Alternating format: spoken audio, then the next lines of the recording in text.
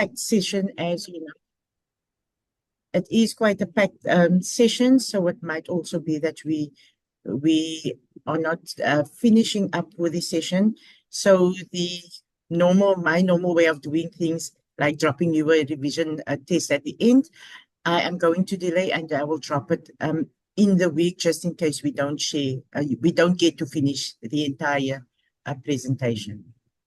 I hope that is fine with everyone. It's noted. Thank you.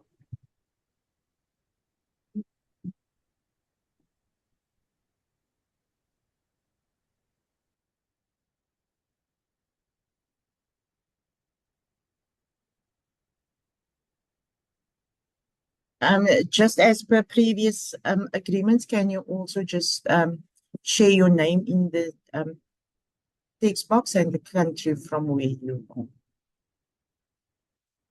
And with that being said, we're giving the few minutes, and I am going to mute myself.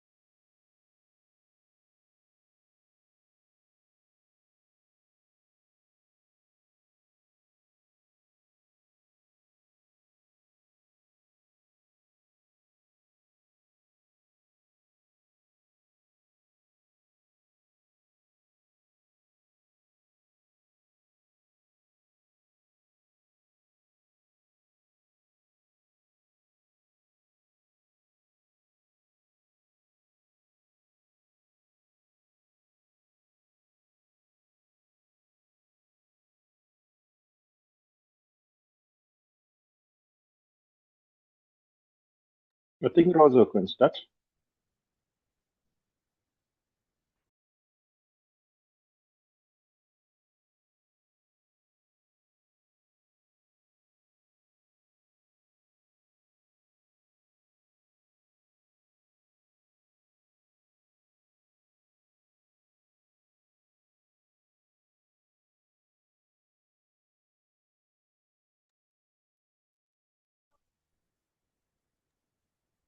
Right. Okay. So we are starting with track measurements, and as you can see, this is the layout of the track. It's indicating where all the starters. So here you have your start of the 1,000, 3,000, and 5,000 meters, which is close to the 200-meter start line. You have your steeplechase fourth hurdle. So I'm going in the direction of running. You have your steeplechase fifth hurdle on this side, the start of the 2,000-meter steeplechase, start of the mile here on the bend, the start of the 2,000-meter and 10,000-meter, because this is a 400-meter track.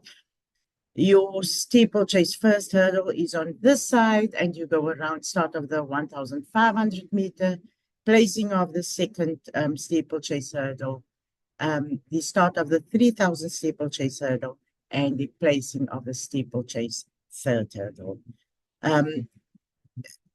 As of lately, you do not get the old boards, the little cards on the side of a track. It is color coded, and you will see all the new tracks don't have these little cards on the side anymore. Your track measurements, and this is all to do with technical rule number 14. It's normally mostly 8-lane tracks around the entire track. You will run anti-clockwise. There's a curb on the left, so on the inside of lane 1, and your lanes are numbered from left to right, with number 1 being on the far left in the direction of running. Your track measurements, and this is very important, a track lane, and please, the difference between a lane and a line, If you can see my cursor here, this is the lane, and a line is that small portion. All lines, all lanes are 1.22 meters, and in the direction of, in the direction of the rays, all lines will be 50 millimeter, and all lines are in white. The inner edge of the curb is 50 millimeter wide. This is the part in which you are on the inside lane of the track. And this curb, I'm jumping a bit to a next slide, but the curb is the one that you are removing for your high jump, your javelin, and your steeplechase, which is then temporarily replaced by cones. And as soon as the event is done, you put the curb back. In most cases, the event is, the program is in such a way that there is time for you to, and your technical teams to replace the curbs. And here I've already said lanes are 1.22 meters wide. Line on the left is not part of the lane, which means that if an athlete steps on the line on your left-hand side, and again, jumping a bit, but it's important to know this line on the left-hand side does not belong to the athlete in the lane. The line on the right-hand side belongs to that athlete. Lines are white and 50 millimeter wide. The inside of the track must be a curb from suitable material. And the height of the curb is 50 to 65 millimeters, and it's 50 to 250 millimeter wide.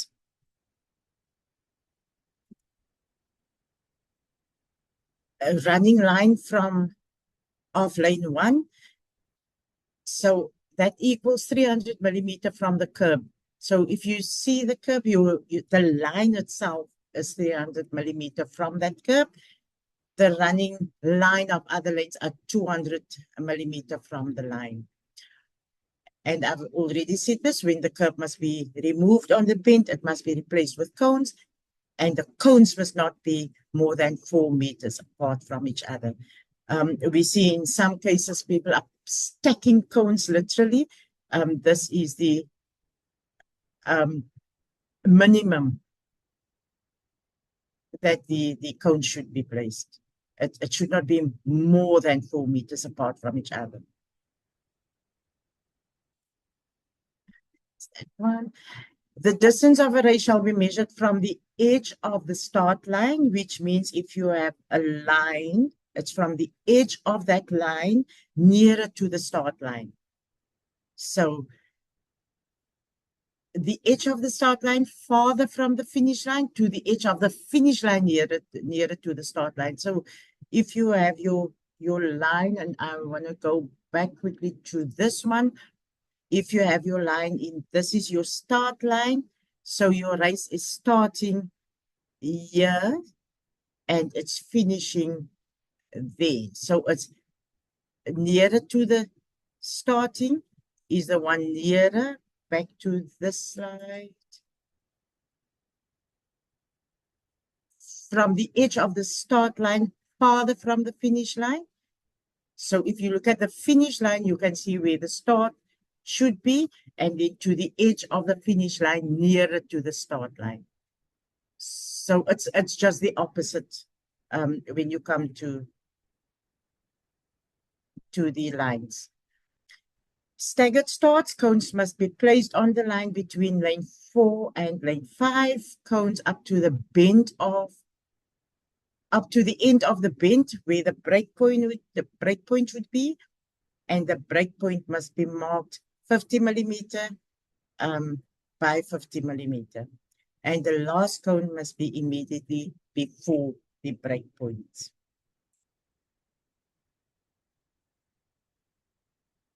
And here we are just showing you how you are replacing the curb. So here you have your cones, how it is back out in the running direction, and you can see here as well, this is the proper position of the cones.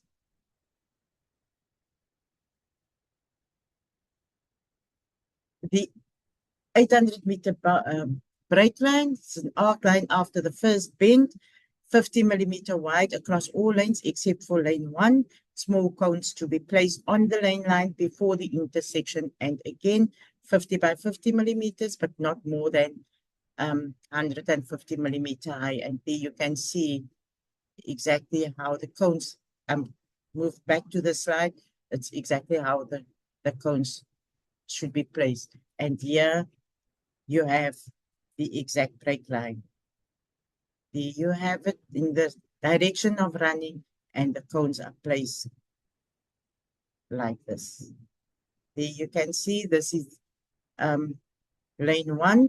It's not on this side of it. It's starting there, and you continue putting it. Remember, this is now important because you know which line belongs to the lane, and you cannot put the cones in such a way that it is not to the benefit of the athlete, actually reducing the lane for the athlete.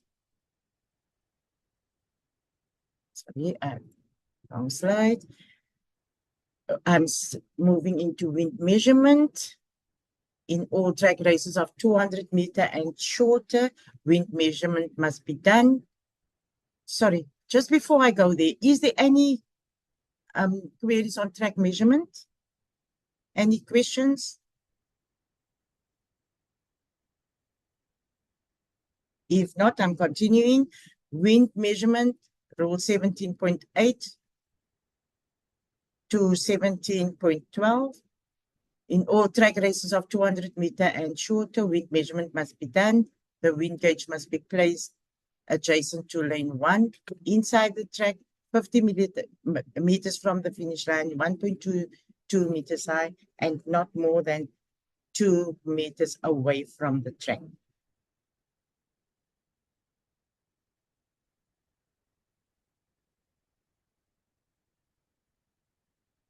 And when I'm putting this slide on, I am just realizing that I'm sharing the wrong presentation, but we will continue. I see there's a hand raised.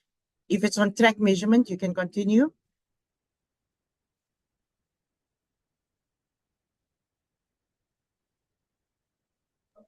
Regina, unmute.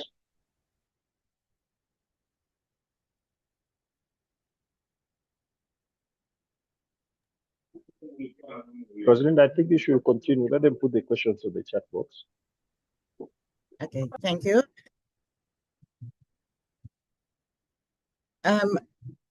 And as I've said, when I saw the slide, I realized that I'm sharing the wrong one, because the one that I have also has the 50 meter and the 50 meter hurdles, as well as the 60 meter and the 60 meter hurdles in. So I will talk about that. The wind gauge may be started and stopped automatically and or remotely. Wind measurement shall be done for the following periods from the smoke of the starter's gun. And the 50 meters and 50 meter hurdles plus the 60 meters and 60 meter hurdles is for a period of 5 seconds. You don't have to worry. It is in the presentation that I will share. And then the 100 and 200 meter you measure for 10 seconds, 100 meter from the smoke of the start gun, and the 200 meter and when the first athlete enters the straight. 100 to 110 meter hurdles will be done from the smoke of the starter's gun for 13 seconds.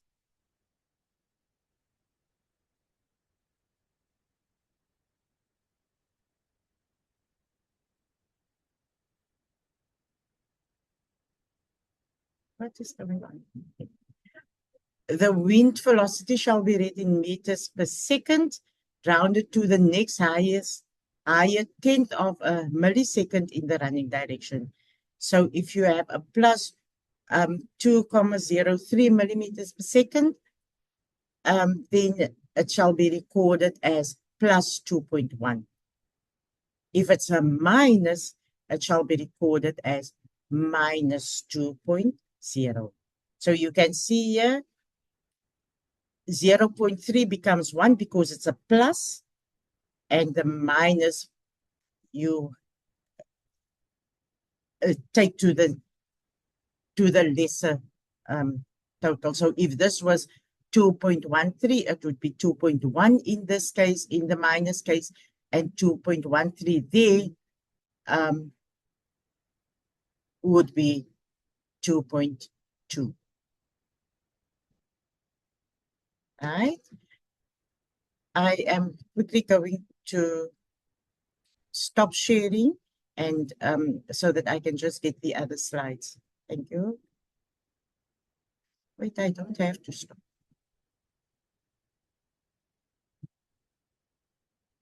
Sorry, I realize now I am not as blunt as I thought I am.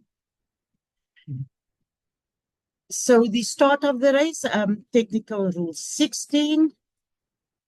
You have a team that is responsible for the start, which is your start coordinator, your starter, your recaller, starter's assistant, and the start referee. You have dealt with this already in a session. I think, Oscar, you were responsible for that session. So all the responsibilities of this team has been dealt with already in a previous thing. The start procedure, the success of a good start procedure depends on how the team works together and ensure that the process is efficient, fair, and within the rules. The team should know the rules they are playing, the roles they are playing. They should. Am I not sharing? Oh, sorry. I was just told that I am not sharing. My apologies.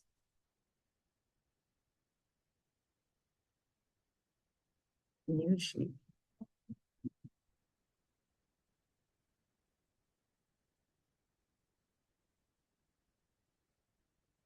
Yeah, but now this is not the one that I'm looking for. Sorry, I'm a bit blunt, as I've said. My apologies. Am I sharing now? We are seeing a starting block. Oh, am I sharing the starting blocks? On my screen, I have something else. Here we go. Okay. We just stay.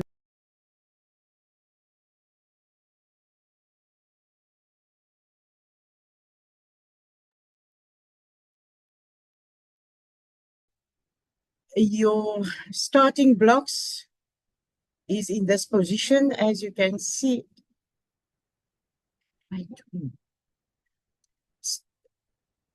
Starting blocks, when to use it. It is compulsory for all races up to and including 400 meter first leg, the first leg of the 4x200 medley relay and the 4x400 meter, and it shall not be used for any race with a standing start. So you can see the 4x100 meter is not here because if you take the measurement of a 4x400 meter, 4x100 meter, it is also a 400 meter. No part of the starting block shall overlap the starting line for races up to 110 meter. No part of the starting block shall extend into another lane.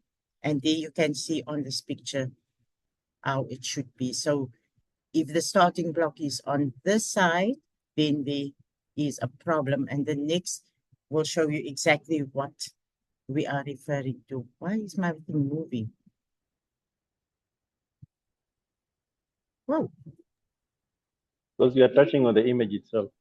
Yeah, yeah, I realize that now. Okay, so there you can see, should your block be placed that it's touching the start line, it is wrong. It should not be touching the start line, and it will be there. For races longer than the 110 meter, the rear part of the frame only may extend beyond the outer line, provided that there is no obstruction to any other athlete. And again, and I'm now scared to touch the picture, but you can see on at the starting block, it is allowed as it will not interfere with another athlete. The starting block specifications, there are 3 parts.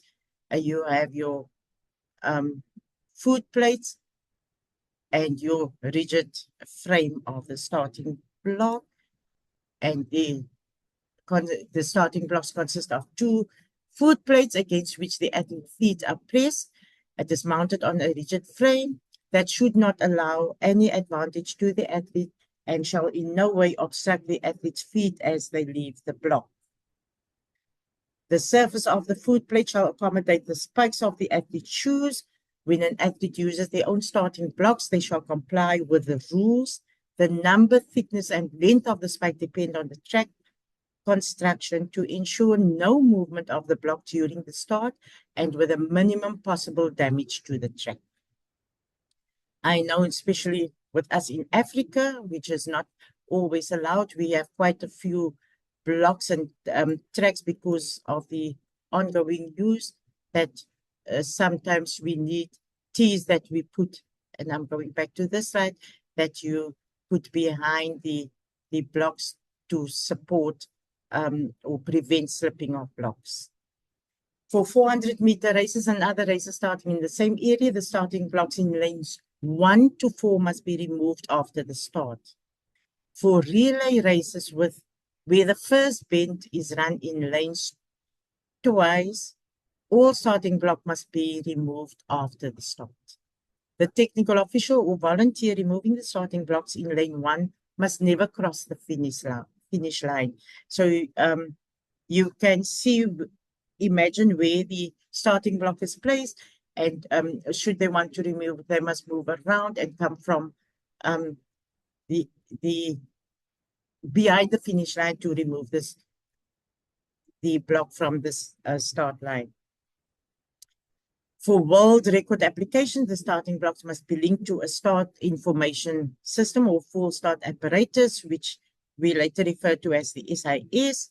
For deaf and hearing impaired athletes, the use of lights on the starting blocks are allowed, and it is not considered assistance. It is the obligation of the athlete or team manager to supply such equipment and its compatibility with the SIS or the start information system. I am doing a new share.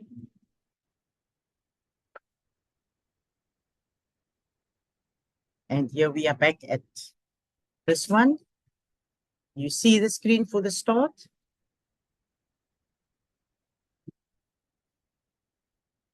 Yes, Can I continue? Yeah, okay. Sorry, I just need to make sure we don't want to lose anyone.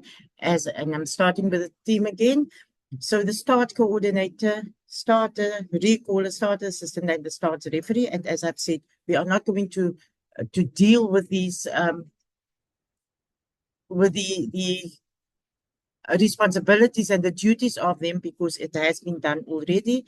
But it just show you how important that session was, because there's quite a lot of information that you have to refer to back to those sessions.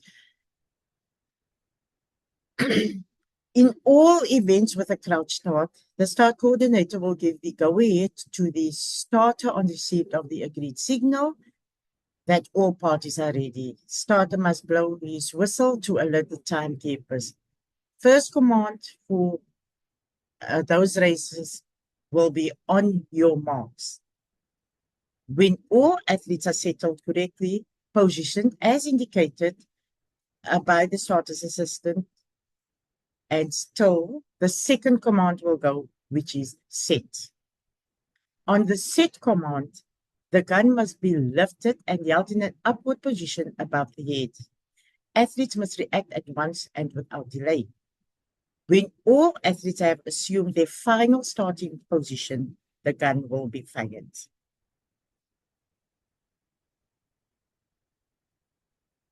In all events with a crouch start, there is no perfect holding time in the set position. There must be a distinguishable hold to ensure that all athletes are steady, focused, and in the correct starting position. And this is important, especially if with our events, the athletes will say, "Oh, but the starter shot too quick." There is no perfect holding time.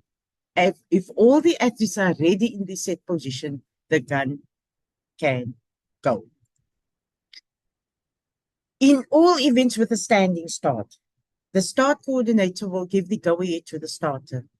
On receipt of the agreed signal that all parties are ready, starter must blow his whistle to alert the timekeepers.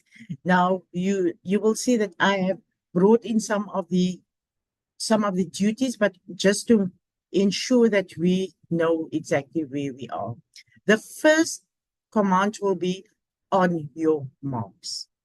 When all athletes have assumed their final starting position, it will be indicated by the starter's assistant. The gun will be fired. For the 800-meter starting in lanes, the starter must ensure that the cones at the break line is in position before the starting of the race. And in most cases, also the umpires on that bend are also taking responsibility to ensure that the cones are available. When the starter is not satisfied that all is ready and the athletes are on their marks, he must abort the start with a command, stand up or stand back. The starter or recaller who is of the position that the start was not fair shall recall the athletes by firing a gun. So when do we abort the start? The starter shall abort a start of a race if, after the relevant command and before the report of the gun, an athlete hold up his hand and or standing, sitting, in case of a crouch start, without a valid reason. So this reason will be evaluated by the referee. And valid reasons, we will talk about it later, is that there was a sudden noise in the crowd. There is a helicopter flying over as the athletes are going down. That are valid reasons. So in this scenario, we're talking about the abortion of the start, which is happening without a valid reason. Fails to comply with the appropriate commands or does not place themselves in the final starting position at once and without delay. Remember, we said once the athlete has given the command, for example, on your marks, and athletes are fiddling and athletes are doing all the, there's a word, all the echoes. So it's basically they are performing before they go down onto the start line. They have their starting procedures, which is literally setting them up. If it's delaying the competition, the starter have the right to abort the start. In these cases, the referee may warn the athlete for improper conduct, or disqualify in cases of a second infringement during the same competition. And this you will see also in Technical Rule 7.1 and 7.3. If this is happening, a green card shall not be shown. 16.5.3, after the relevant command disturbs an or another athlete in the race through sound, movement, or otherwise, regardless of whether it is resulting in such athlete or athletes committing what would otherwise be a false start. The referee may warn the offending athlete for improper conduct or disqualify in the case of a second infringement. And again, Technical Rule 7.1 and 7.3. In this scenario, a green card will be shown. So remember in the previous slide, it is the athlete may problem, so no green card. In this, a green card will be shown because it's not the mistake on the athlete who is at fault now. It's not that athlete. Even if repeated movement does not result in another athlete or athletes committing a false start, the referee may still warn or disqualify the offending athlete. Which means that an athlete goes down on the command, there's a disturb. He disturbs another athlete. There's no false start. There's no attempt for a false start. There's no movement from another athlete. Because of the sound, because of the disturbance, the referee can still warn or disqualify the offending athlete. And remember, the disqualification can only happen if it is a second of infringement. If extraneous reason was considered to be the case for aborting the start, the referee does not agree with the starter's decision, a green card shall be shown. And this is where, for example, not one of the athletes raised their hand in the on your marks position or in a starter's position, but there's a train passing. Some of our tracks are very close to train stations or railway lines. All these helicopter flowing over. The referee can say this is an extraneous reason, so we will abort the start, and a green card will then be shown. Or the gun didn't go off properly, a green card will be shown. And now we're getting to, so what happened? The starter shall abort a start of a race if he receives a signal from the SIS, the full start equipment, that the reaction time is less than 0.100 seconds. The starter shall examine the reaction time and other available information from the SIS to confirm which, if any, athlete or athletes is or are responsible for the recall. He observes that an athlete, after assuming a full and final position, commence his start before the gun. If they do so any earlier, it shall be a full start, which means that in this case, a second shot will follow, and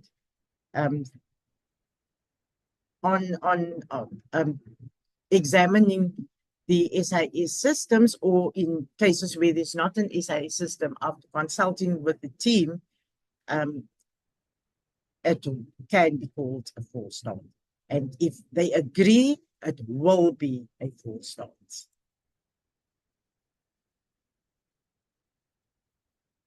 And here is an explanation of the commencement of a start. The commencement of a start is, in the case of a crouch start, any motion by an athlete that includes in one or both feet losing contact with the foot plates of the starting blocks. Remember, it's one or both feet, or one or both hands losing contact with the ground.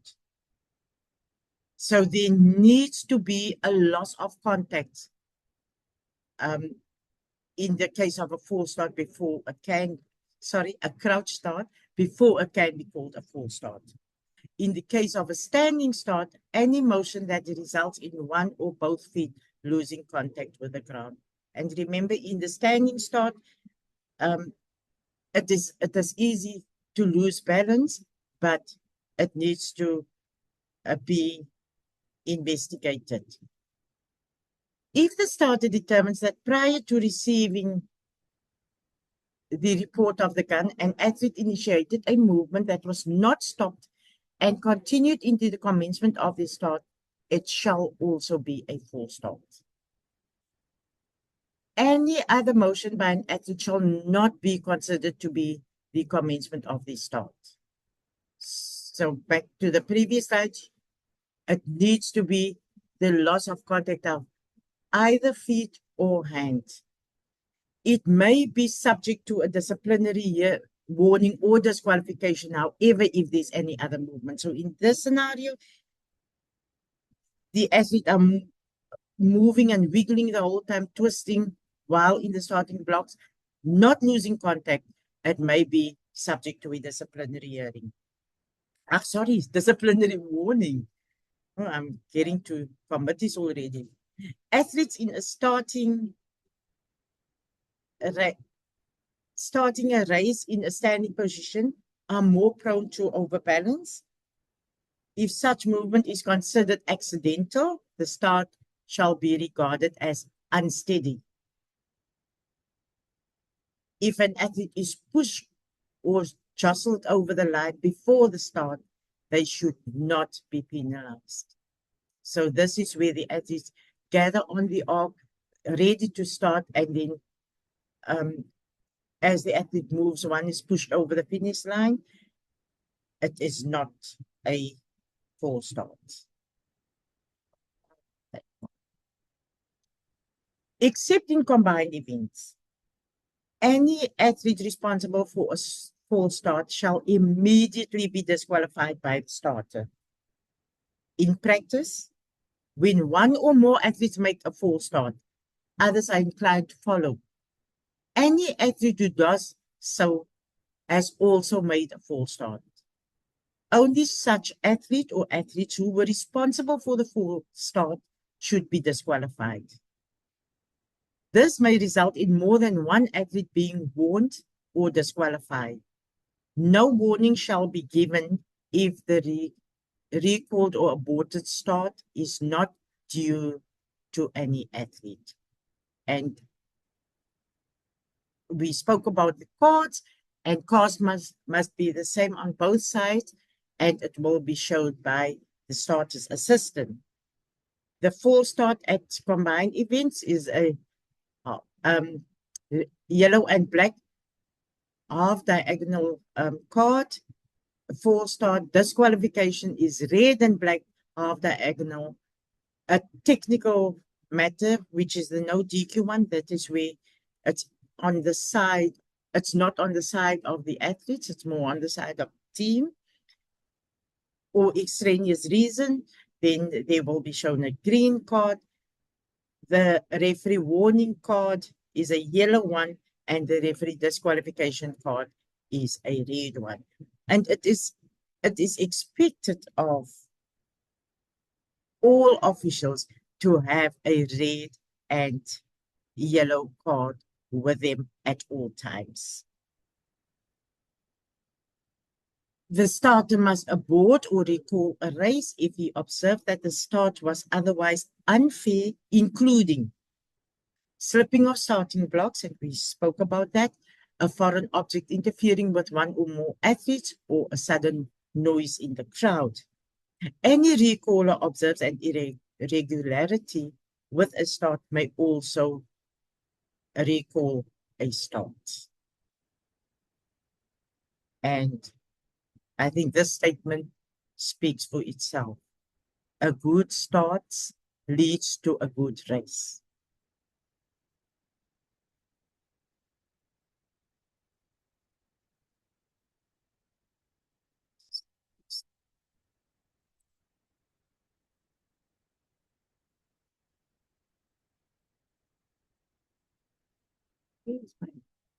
This one. Sorry, I'm just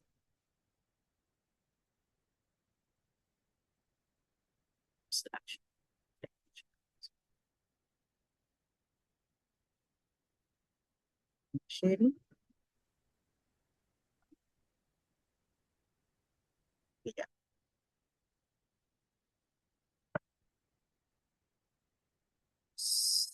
So, obstruction. And obstruction is one of the reasons why we have so many appeals and protests, because, and I don't know why, but in most cases, when officials are placed, it is almost like our novice officials are placed as umpires, which is actually wrong. Your top officials should be placed as umpires, because they are assistants to the referee.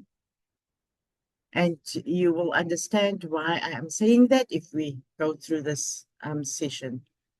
If an athlete is jostled or obstructed during an event so as to impede their progress, and the importance is to this part, so as to impede their progress. If the jostling and obstruction is considered to be unintentional or not caused by an athlete, the referee may order the race to be re-held for one or more athletes, allow the affected athletes to run in the next round. And this is very important, because if you have lanes open, it is important that the referees can put the athlete through to the next round based on an appeal received. It can also be that the jury of appeal, if there are lanes open, put the athlete through to the next round. But that is after you have exhausted all the other options. If you have to rerun a race, it should also be taken into account how possible is it. For example, you cannot rerun a 10,000 meter. You cannot rerun necessarily a 5,000 meter. And you will have to make sure that you don't get any appeals on obstruction in terms of these races. Obviously, on if you look at your 3,000 meters, you will have a lot of athletes, but it is important that your umpires are placed in such a way that they can see what is happening. If another athlete is responsible for the jostling or obstruction, such athlete or athletes shall be liable to disqualification. The referee may, and again, order the race to be re-held for one or more athletes, allow the affected athletes to run in the next round, disqualified athlete not included in the rerun. So let's say we have 100 meter and we have to rerun the race. The decision is made to rerun. The athlete responsible for the problem will not be allowed in the rerun, because that athlete will be already disqualified. The affected athlete, however, should complete the event, which means that you cannot not complete a race, but then you want to appeal. Jostling should be understood as physical contact on one or more occasions with another athlete or athletes that result in unfair advantage or causes injury or harm to them, or consequently to another athlete or athletes. So it's not just I was touched in the race, someone was pushed, but there was no advantage or there was no injury to the person. It's not necessarily then always that it is up for warning or disqualification. It should be understood that there is physical contact. It didn't happen only once, it happened more than once as well. There are other athletes involved, and it results in unfair advantage. It causes injury or harm. And then they have the right to protest and appeal. In races run in lanes, each athlete shall keep within their lane from start to finish. When running on a bend, they shall not step or run on or inside the left-hand line, or in the case of the inside lane, the curb or line marking the border of the inside of the track. If you go back to the track measurements, you will remember that we said there is a curb, and then there's a line marking on the border of the inside of the track. It is also applicable where any portion of the race is run in lanes. In races not run in lanes, and athletes running on a bend on the outer half of the track or on any curved part of the diversion from the track for the steeplechase water jump shall not step or run on or inside the curb or line on the inside of the track. And from obstruction, we are now moving into lane infringement. So obstructions very specifically refers to the physical contact in the race. Lane infringement, if a referee is satisfied on the report of a judge or umpire or otherwise that an athlete has infringed technical rule 17.2.3 and they shall be disqualified unless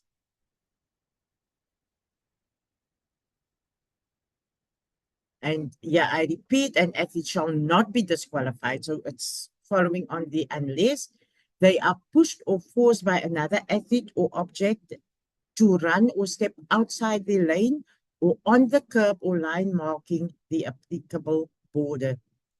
So the race is running and you are, one of the athletes are pushed by another one. It is not this athlete's fault. They are pushed and they the athletes shall not be disqualified because it's not their mistake. They steps or run outside the lane in the straight, any straight part of the diversion of the track, from the track for the steeplechase, water jump, or outside the outer line of the lane on the bend. But there's a but coming to this one. They step only once on the inside line or curb on a bend, and no material advantage is gained or no athlete is jostled or obstructed. So if you run in the straight and you are not progress to a better position, then you will not be disqualified. If it happens that you are moving into a better position, you will obviously be disqualified. In all races run in lanes or any part of races run in lanes touches once the line on the left or the curb or line marking the border of the inside of the track on a bend. Previously, if the athlete stepped on the line on their left, it was out. But if you look at it, stepping once on your left, the left line of the lane doesn't give you any advantage. If there's a continuous stepping on the line, it gives you extra advantage, and then you are up for disqualification. In all races not run in lanes, steps once on or completely over the curb or line marking the applicable border on a bend. Now remember, this is about doing it once. Then it's not a disqualification.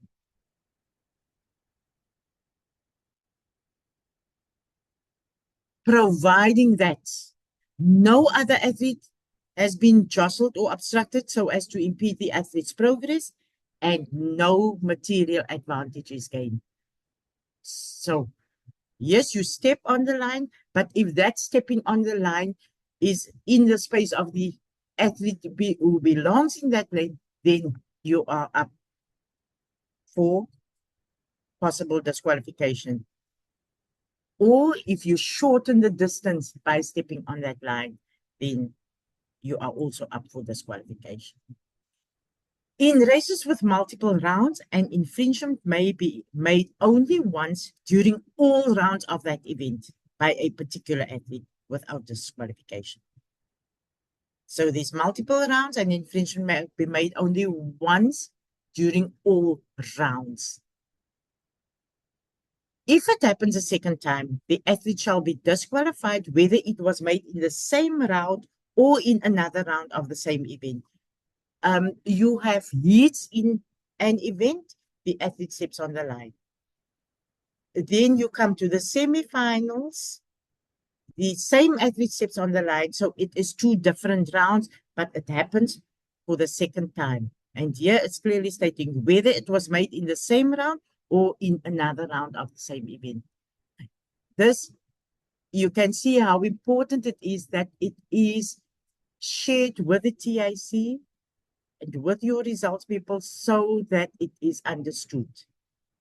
If athlete A runs in the heat, he steps on the line, it is jotted down by the umpire, shared with the chief, shared with the track referee, which relates then to the TIC, it will be shown. If he does it for a second time in the semi-final, he is up for disqualification.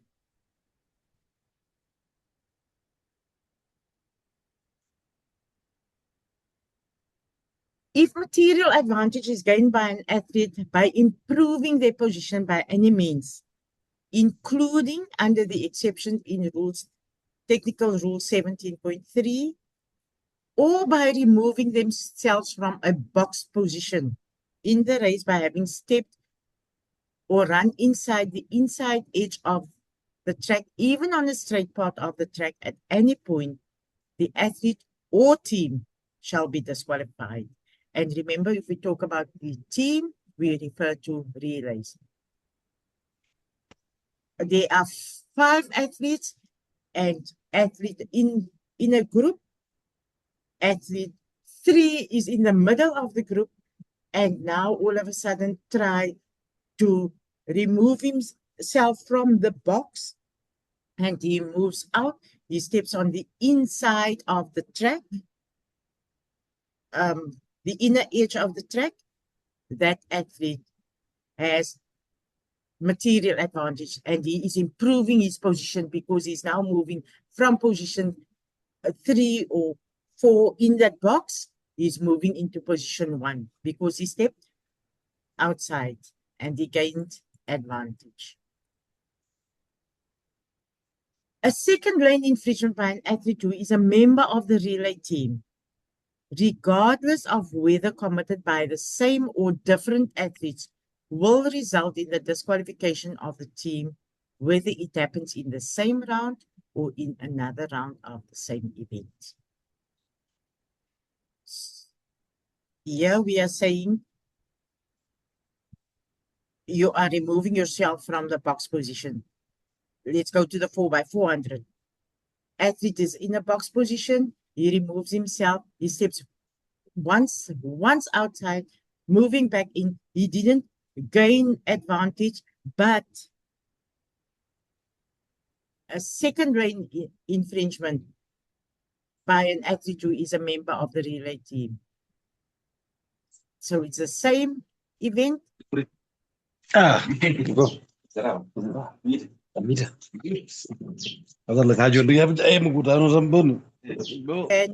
mute yourself, please?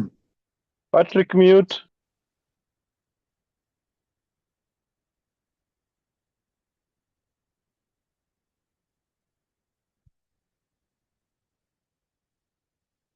Eight hundred meters shall be run in lanes for the first bend.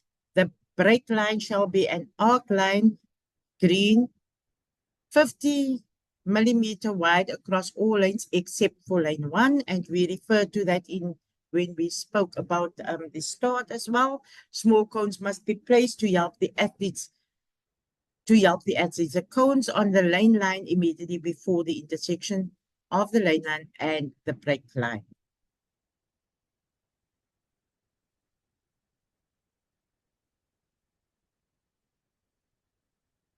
In long distance races, in races 1,000 meter and longer, where there are more than 12 athletes, the athletes may be divided into groups. 2/3 of the athletes on the normal start line, 1/3 of the athletes on the start line over lanes 5 to 8. The outer group will run one bend in lanes 5 to 8, and cones must be placed on the inner lane of lane 5. This is just for us to make sure. And now leaving the track. After voluntarily leaving the track, an athlete shall not be allowed to continue in the race. They shall be recorded as did not finish or DNF. Should the athlete attempt to re-enter the race, they shall be disqualified by the referee.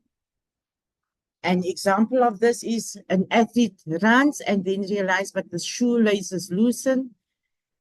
Now he's stepping outside the track to fasten his shoelace, and he wants to rejoin the race. He cannot rejoin the race. If the athlete, however, steps out into lane 5 or 6 and tie his shoelace, and we are now very specifically referring to long distances, the athlete tie his shoelace and he comes back into the race because he did not leave the track. But when coming back into the race, also make sure that he is not obstructing or jostling any other athletes.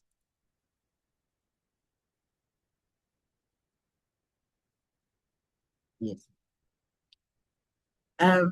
Technical rule 17 point, is it 7? It's 17.7. Check marks on the track. Except in relays, athletes may not make use of any check marks. Remember, except in relays, or place objects on or alongside the running track for their assistance. The judges shall direct them to remove any. The judges shall direct them to remove any. If they do not, the judges shall remove the marks. Now, if the judge direct the athlete to remove the mark, athletes normally are trying to be difficult, and they will tell you, but they are refusing to remove the mark. The judge then remove the mark themselves, and we all know how the athletes are. Then they're getting really, really angry, and some of them might then get into arguments with each other, and that is where your yellow card then comes into play. Oh, do I have wind measurement now? Sorry, I did that, and that is why for those of you who are still taking pictures here, you have the proper slide on these 50 and 50, and sorry, 50 meters and 50-meter hurdles, and I am just going to this because we already dealt with wind measurement. Intermediate times and preliminary winning times may be officially announced and or displayed. No other times may be communicated to athletes without approval of the referee. No more than one person may be appointed to call times at no more than 2 agreed timing points. Any other times to athletes shall be considered assistance and subject to disqualification. In most of the events, you have timing clock, display clocks also at your 200-meter mark, which assists the athletes. That is a part of the event, and it will not be seen as assistance. Should, however, there is no display clocks available, the referee can appoint someone or may appoint someone to call times at certain distances or distances of the race. Drinking and sponging. Organizers may provide water and sponges to athletes in events of 5,000 meter and longer if weather conditions warrant such provision. And the importance is, and I underlined it, organizers may provide water and sponges to athletes in events of 5,000 meter. The expectation is that it's a 500 meter and water should be there. The rule is clear. It is not a must.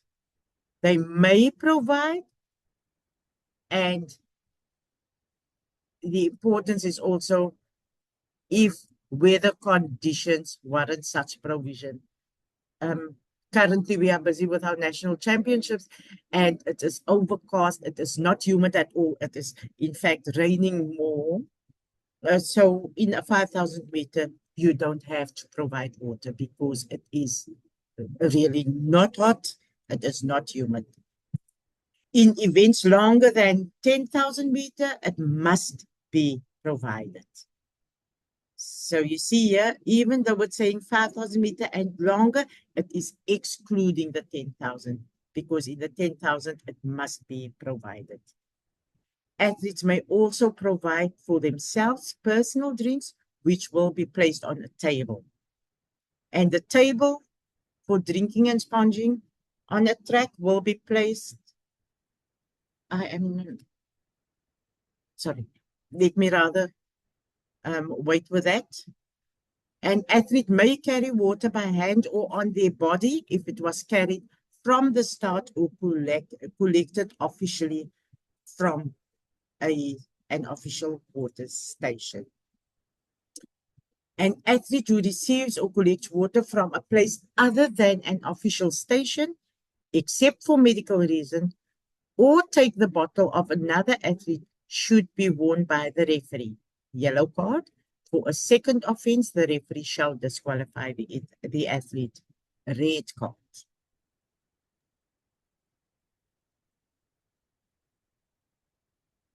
I am going back to that slide, which will be placed on the table. The tables will be in the back straight about at the 250 meter mark, and the table will be placed on the from lanes 3 and upwards, depending on the amount of athletes, but it should not be on the inside of the track. It should be easily accessible for athletes to grab the bottle themselves. Passing of refreshments between athletes will be allowed. So I have a bottle, I'm carrying this bottle from the start, and I am allowed to pass it as long as I do it once, and it is not continuous.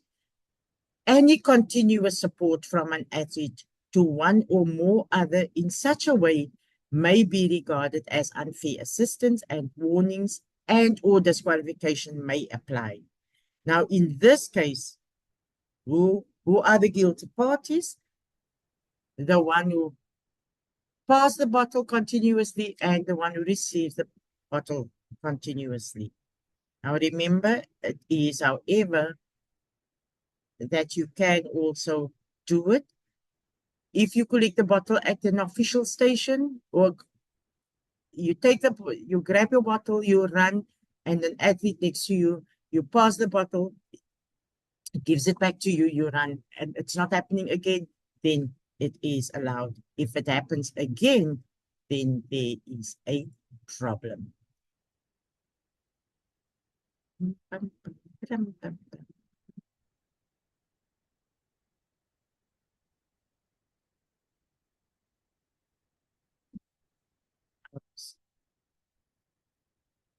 Okay, so there we see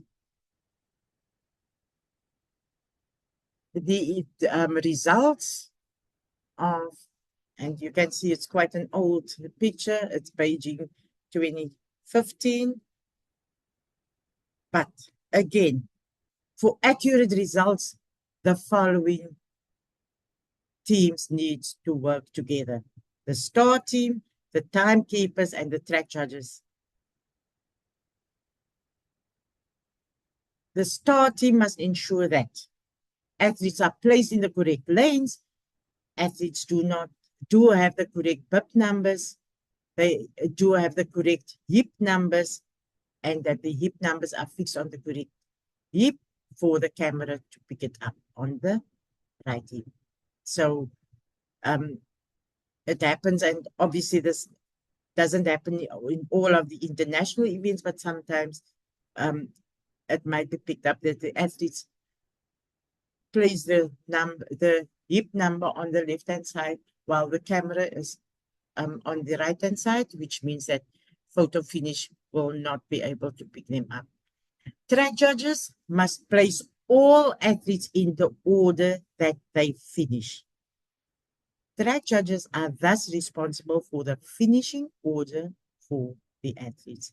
Again, track judges are not always seems as important because we have photo finish, but if there is a problem, anything can happen. We are living in Africa, then we have backup systems.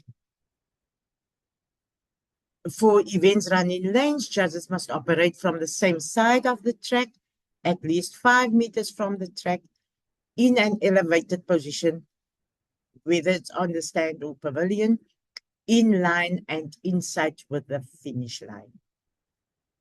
The chief judge will allocate positions to be decided by the judges. For 4 judges, the following can be used. Judge 1 decides on position 1 and 5. Judge 2, position 2 and 6. Judge 3, position 3 and 7. And Judge 4 on positions 4 and 8. It can be considered to use a video recording to help with the placings.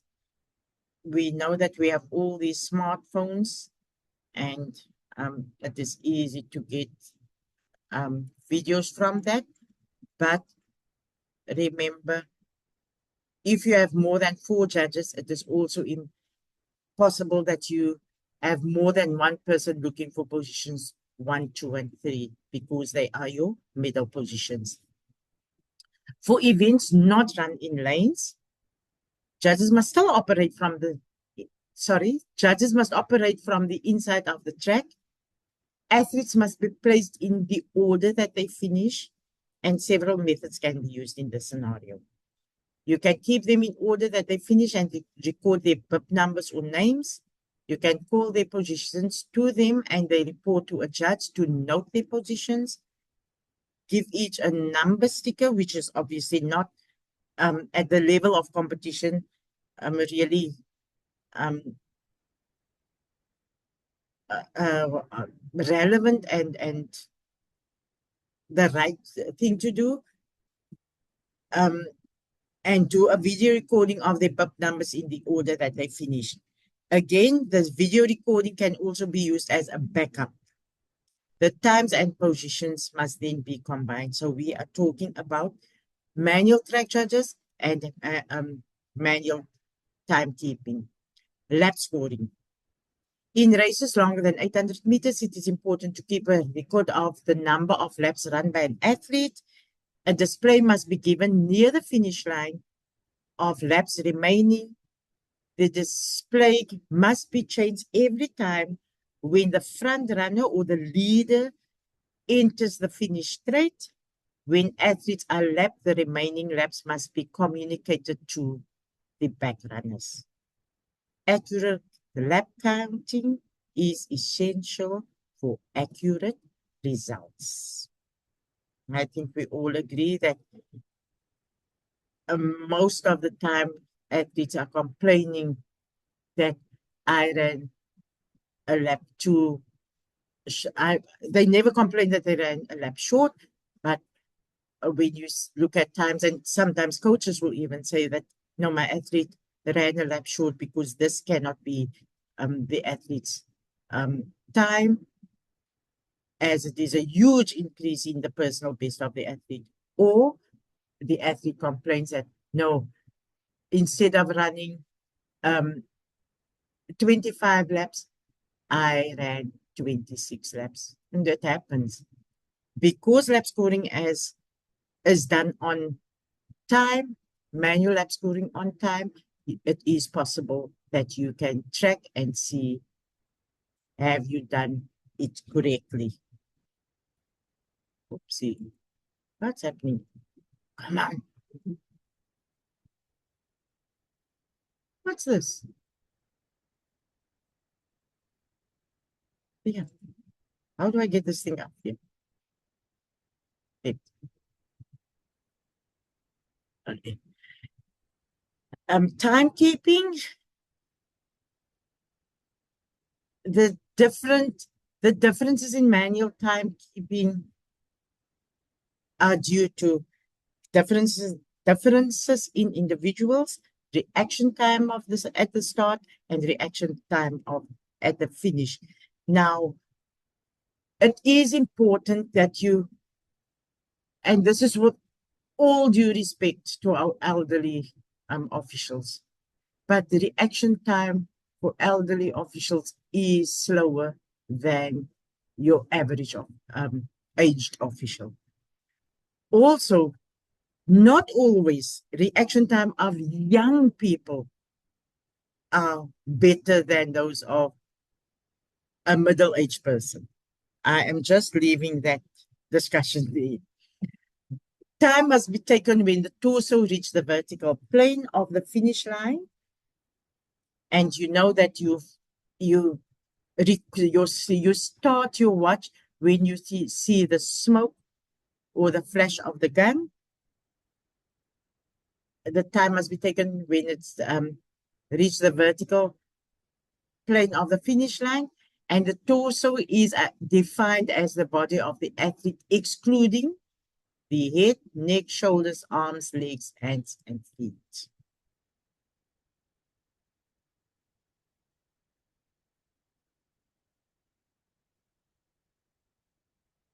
Decision of final time. So you have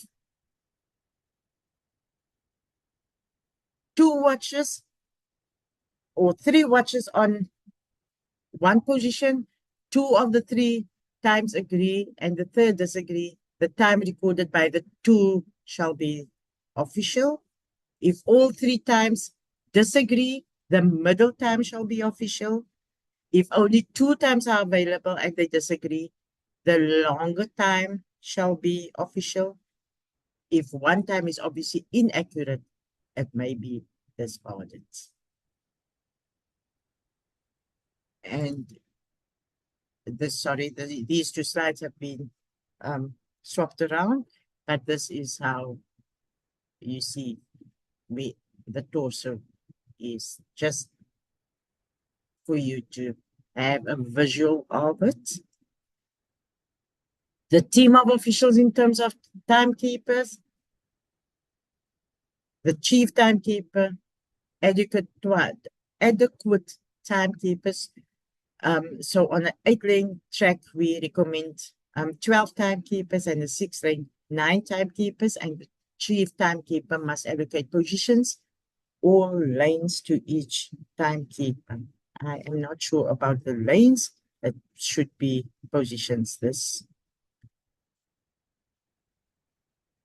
with 12 timekeepers available, 4 timekeepers will take the time of the winner, 1 timekeeper for each of the other positions. Chief timekeepers will record the times of all positions. Times will be recorded to 2 decimal places. The chief timekeeper will average times for winning position. Final hand times to be given to 1 decimal place. Stopwatches that can record more than 1 time is important, and this is especially in your longer distances. It is possible that you can take more than 1 position, and the chief might request timekeepers to record more positions. With less timekeepers available, each timekeeper will record the time of 2 or more athletes, and we have already done this one, but I'll go through it again. Timekeeper 1 will record 1 and 3. 2 will record 2 and 4, 3, 5 and 7, and 4, 6 and 8. For middle and long distance races, all positions must be timed. This is very important, and as you can see, this is also used as local presentations for us, and you end up having people say, no, just give us the times for the top 8.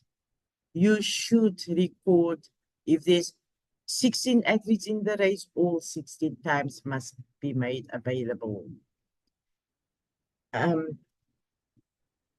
This is just normal time mode, a Lime time mode, and we are looking at the chronograph watches. So I'm just running through these slides quickly, and here you can see you clear your stopwatch. This is just the process, and all of you are aware of this process already. So you clear your stopwatch, you press start or stop, you press lap splits, and then at the end of the race, you press stop again. Then you go to the recall button to get your time, and your first time is 10.51, and 10.51 will be recorded, and I am leaving it to anyone. You can now quickly unmute and shout.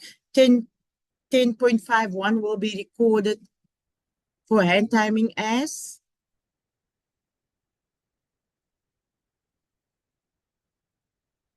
10.51 will be recorded as what for hand timing? 10.6. 10.6. There we go. Thank you. That is and I just wanted to go back to the other slide to show you. And here you can see again, there's 3:48.84 will be recorded as. This is the 1,500 meter. I will be recorded. 349.9. Thank you. I am not going through all of that. Here's your timekeeping sheet, and this is how you normally record it. So there's your 3 times. If it's 3 times, you have 3 watches. You have 2 on the same. The final time will go in there. If you have 3 watches, 3 different times, the middle time will go in there. If you have 2 watches, 2 different times, the slowest or longest time will go in.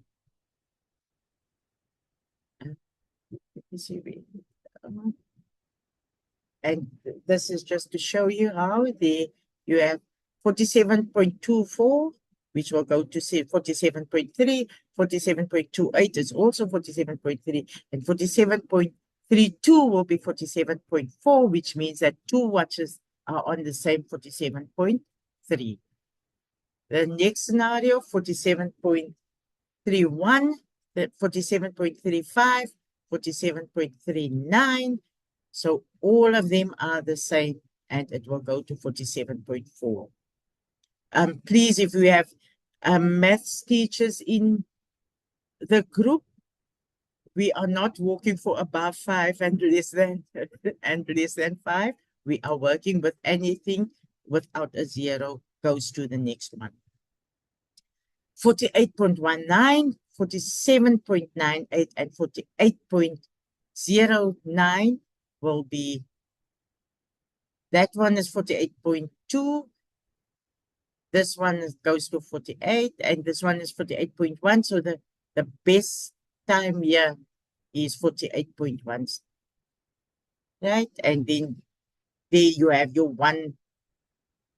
Remember, your top 3 positions have more than one timekeeper, and the rest of it only has 1, so you just record that times as well. And then finally, with no results, there will be no meeting. Do we have any questions?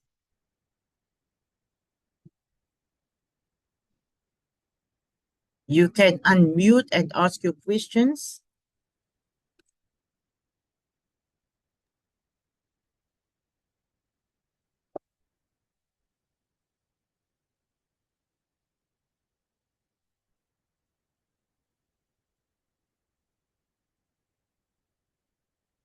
Moses, just something to note for the next event. I see now that I have missed the fully automatic timing and the transponder on the slides.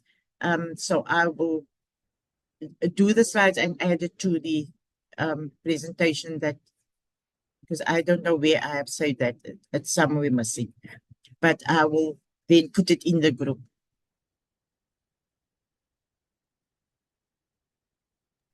Understood, Rosa? Sorry, you can go ahead. I've understood you. Abdallah had Oh. a question. You're talking about demonstration. Abdallah, can you unmute and speak? Because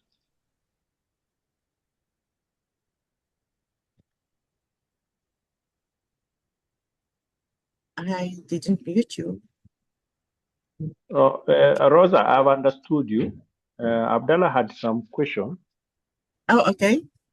Yeah, so I thought maybe you could unmute and then speak about, tell us exactly, because he's talking about demonstration.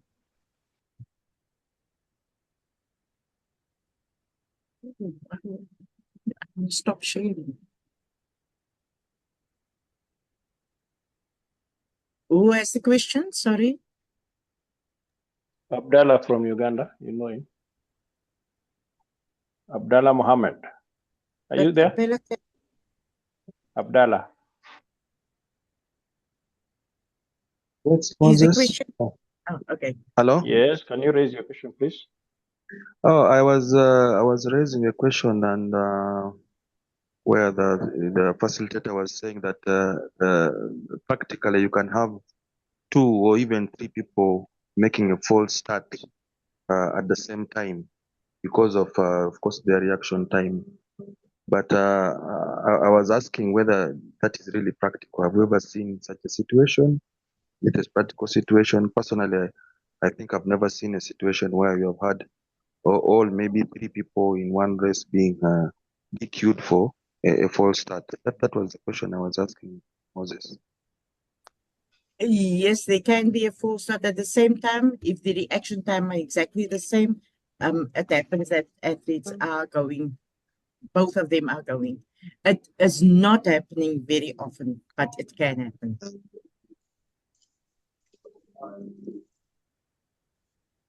Abdallah? Pauline is there also? Pauline from Kenya? Yes, Moses. Yes, thank you very much.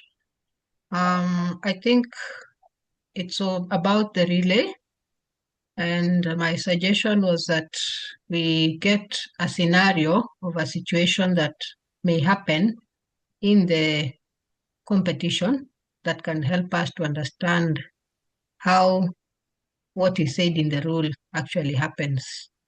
Thank you.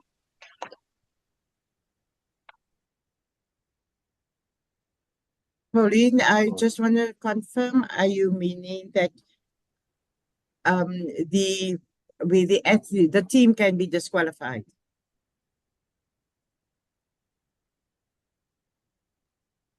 Let me check. It was about the lane infringement.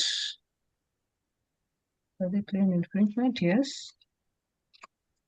17.3.4 in the notes says, in the case of relay races, any second action as described in this rule by a member of a team, regardless of whether committed by the same or different athletes, will result in disqualification of the team, whether it happens in the same round or in another round of the same event. Yes.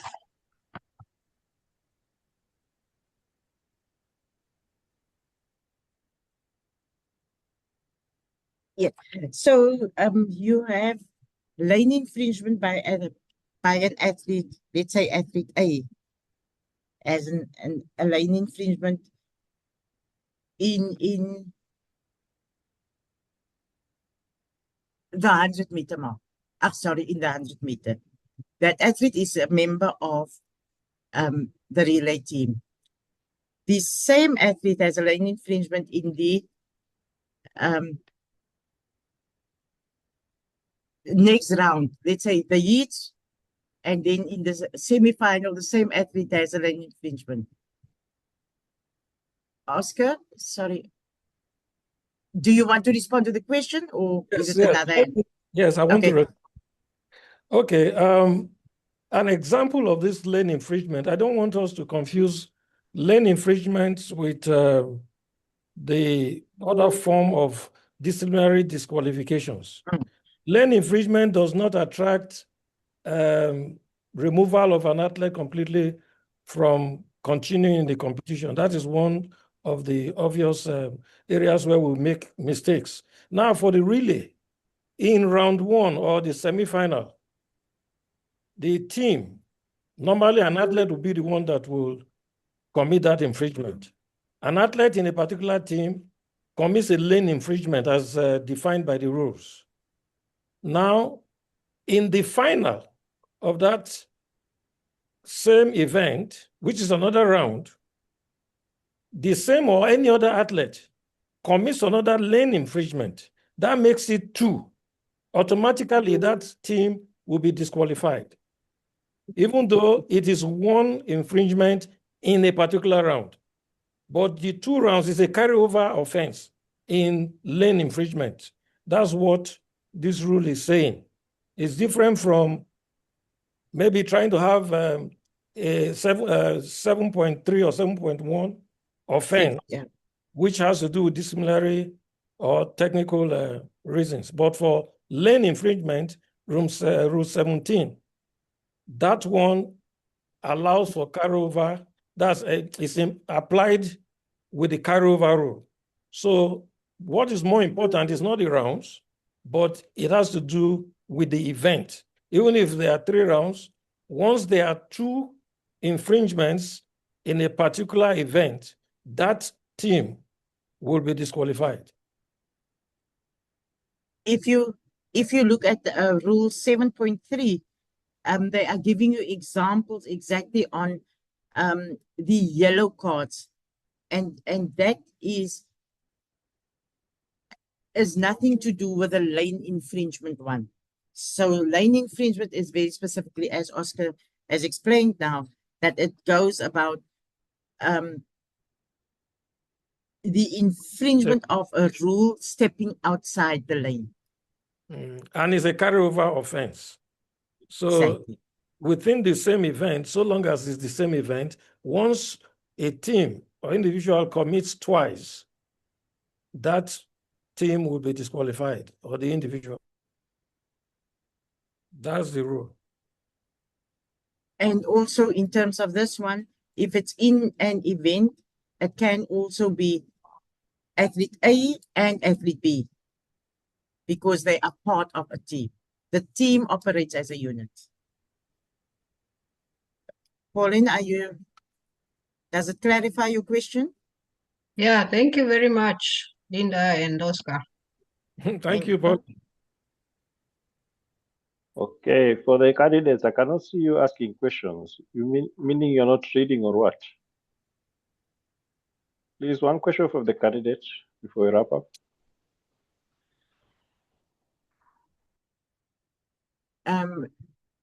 Alex, there's a hand raised.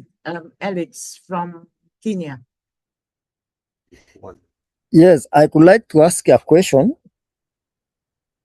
I don't know whether you are getting me. Yes, we can hear you.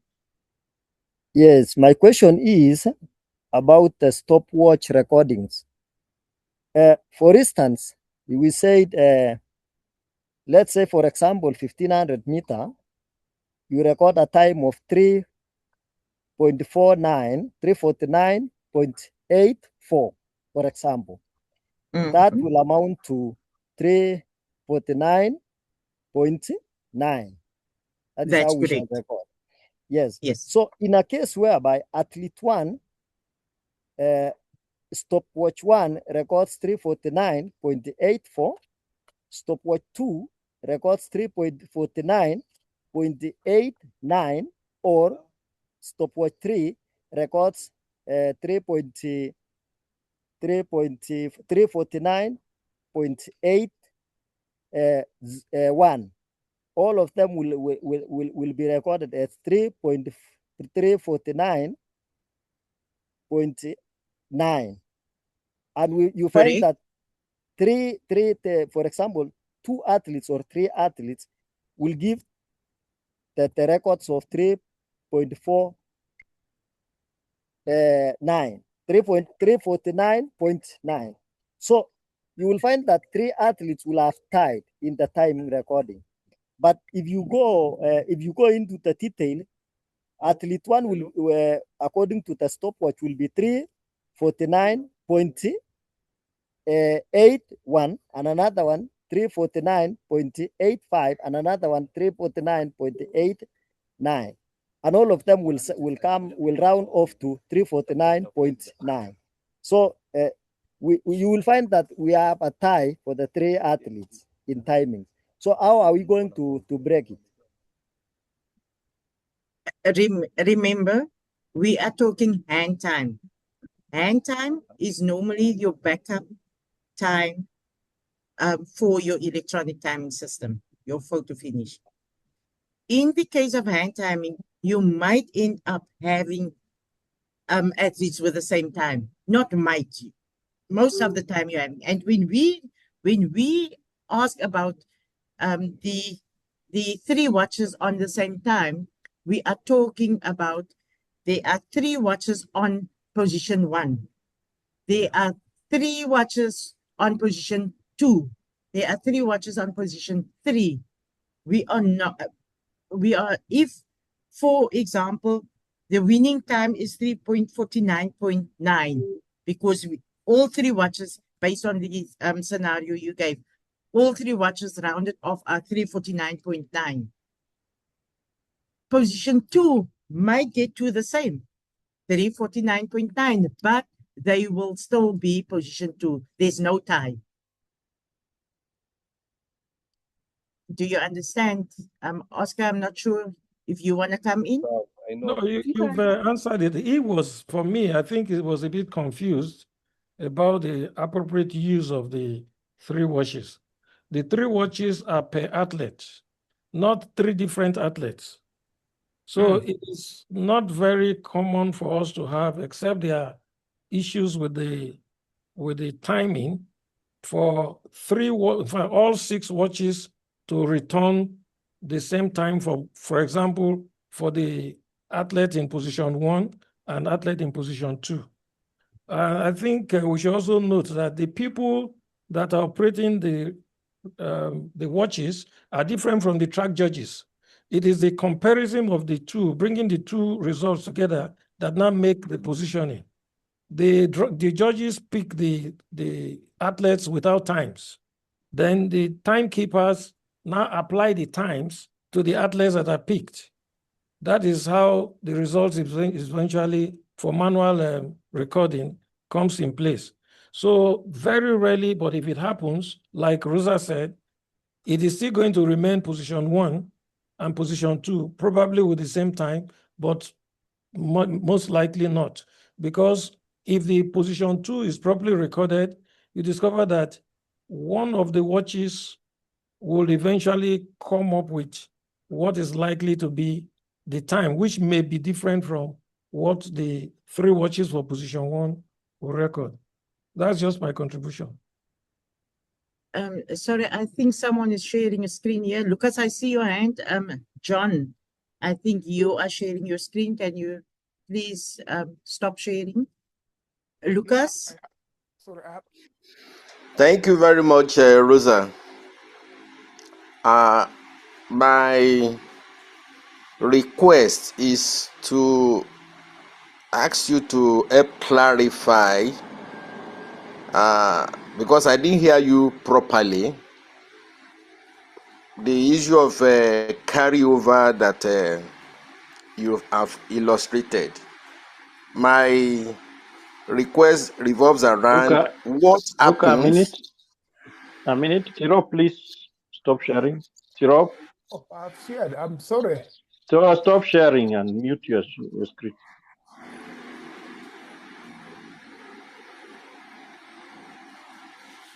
Should I continue? Luca, continue. Yes. Yes.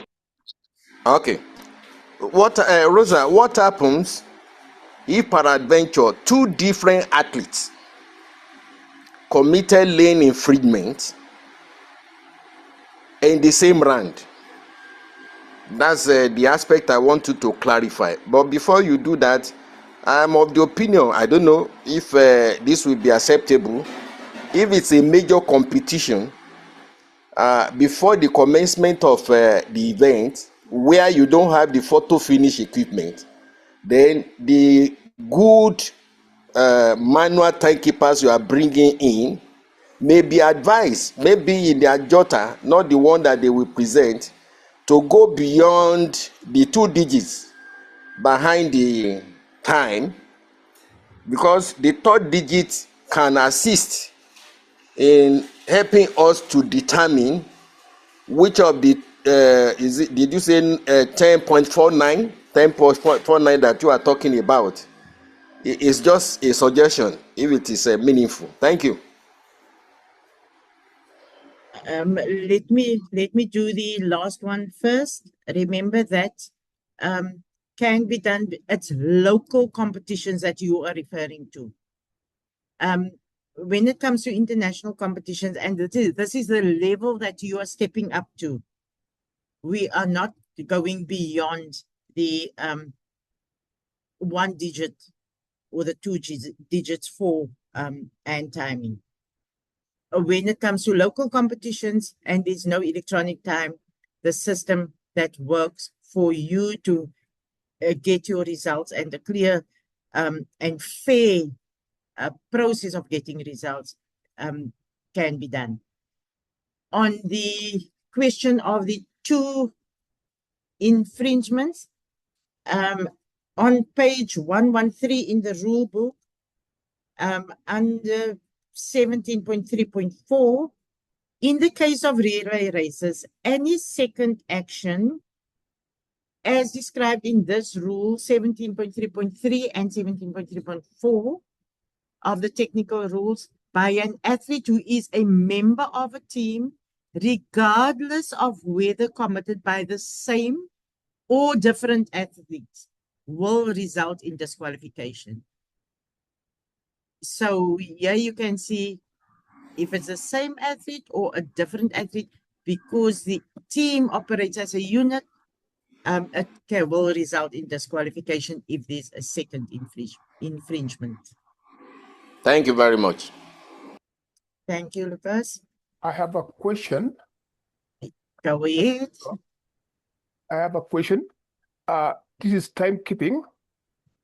The first one are 2 watches, 10.3 and 10.5. The slow one would be 10.5. But when I go to number 2, the second timekeeper, they use one stopwatch and they go 10.4. This scenario, since number 2 is 10.4, the slow one in the 2 stopwatches was 10.5. Should I assume it was reaction time?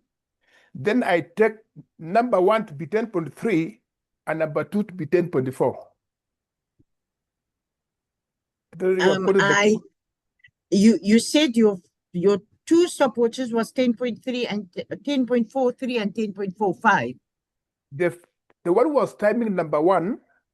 There were 2 stopwatches. One was 10.3.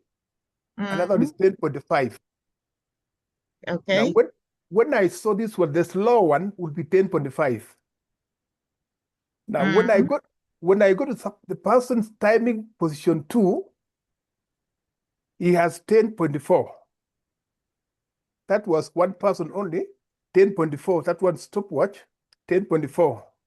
When I compare number 1 and number 2, should I discard 10.5 and I take position 1 to be 10.3, position 2 to be 10.4, assuming there was some reaction, slow reaction in position 1. I was looking at this scenario, what could happen? The time that will be recorded for both position 1 in the scenario will be 10.5, and the time for position 2 will also be 10.5. You cannot assume that your 10.4 had a slower, your second place had a slower reaction, whereas it could have been your 2 watches on 10.4, the one 10.43, 10.45 could also have been the problem. So when you go on the rule, it is 10.5 for both second and first position. Thank you. Thank you. And just because I know that some of you are still checking whether you should ask or not ask. Moses Thomas did make an apology for today. He is busy with a marathon in Botswana. And so the Botswana officials as well. And as I've said, we'll talk about a possible session based on the rules again for those who couldn't make it today due to national commitments. Okay, thank you, Rosa. I hope the team is ready for the bronze, as the other people are still learning one or two from whatever we are sharing. Yeah, if that's the end, I think we will communicate later for those people in WhatsApp groups. We'll send you more details. And those people who are doing exams, please make sure you have read the 2026 rulebook, reread it, and then raise quality questions for the sake of improving Africa as a whole. Please, see you next time. I'll post the date, the time by the end of the day. Okay, thanks a lot.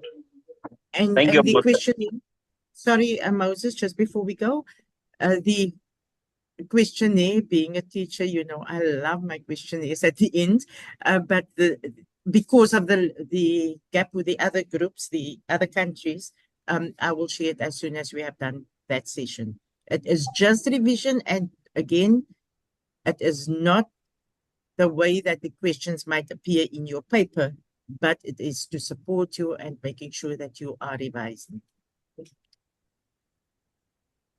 So thank you, everyone. Thank you, Rosa. Thank you, Moses, and everyone. Pleasure, thank you. And now I will fulfill my national duty outside as well. Thank you very much, everyone. Thank you for a job well done. Thank you. God bless. Thank you. Asante sana. Thank you, Rosa. Baya, thank you, Rosa.